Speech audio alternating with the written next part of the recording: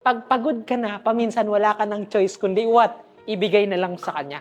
Sa time na nag-let go ka, minsan doon mo makukuha yung peace na gusto mo.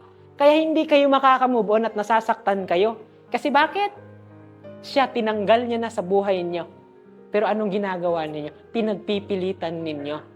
Within 21 days, I was discouraged, I was depressed because I was broken. I'm using my example itself para alam ko, yes, para bang vulnerable para sa akin, pero ang pangit kasi gumawa ng kwento lang na hindi ko naranasan. 21 days, I was stressed, I was struggling, I'm depressed, may anxiety, nalalagas yung buhok, na hindi makatulog because I was broken. Pero anong nangyari sa panahon sa ika-22 days? Nagising lang ako. Na ano? Mayroon ng what? Peace sa utak ko. Maybe, hindi yung peace na pinilit ko. Yung peace na kahit papano, napagod na ako. Sir, nakakabigay pala ng peace ang pagod? Yes. Pag pagod ka na, paminsan wala ka ng choice kundi what? Ibigay na lang sa Kanya. Sa time na nag-let go ka, minsan doon mo makukuha yung peace na gusto mo. Kaya hindi kayo makakamove on at nasasaktan kayo. Kasi bakit? Siya, tinanggal niya na sa buhay niyo. Pero anong ginagawa ninyo? Pinagpipilitan ninyo. So that's why, sir, paano ka nagkaramdam ng peace na stress ka, depressed ka? It is because napagod na ako. And that's the time, nung napagod ako, natuto akong mag-let go. Nilet go yung problema ko, sabi ko, ikaw na yung bahala. Ikaw na God ang bahala. Ikaw na Allah ang bahala. So anong nangyari?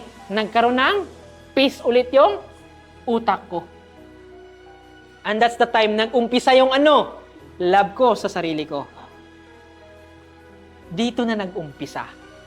Nung napagod ako at natanggap ko na mag-let go, sabi ko, ikaw na bahala. Saan mo man ako dalhin, ikaw nang bahala. So anong nangyari? Nung natanggap kong mag-let go at napatawad ko yung sarili ko sa katangahang ginagawa ko, doon na nag-umpisa yung what? Love yourself. Sir, yan na ba talaga lahat? Hindi pa. May nangyari pa. Kasi pag minahal mo yung sarili mo, dyan na rin tatakbo. Dyan na rin lalabas at darating yung tinatawag na Trust. Tiwala. Pag minahal niya yung sarili nyo, ganito guys, if you have now peace of mind, makapokus ka uli sa sarili mo. Mamahalin mo uli yung sarili mo. Pag minahal mo yung sarili mo, unti-unti kang nananalo. Diba? Pag mag-jogging ka, you feel good.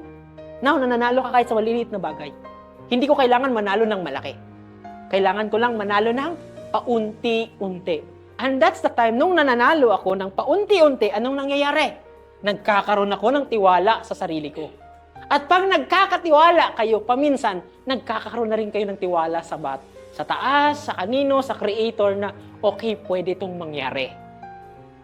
And that's the time na nagumpisa akong mag-what? Nagmamanifest na ako ng mga bagay. It is because I'm peaceful. I love myself. And higit sa lahat, I truly understand na kailangan kong magtiwala sa Kanya, sa Creator, o sino pa yan, kay Allah, kay Jesus Christ, basta sa Creator na mayroon tayo, na ikaw yung bahala. Ako lang yun, basta ito yung gagawin ko, basta tama. Go.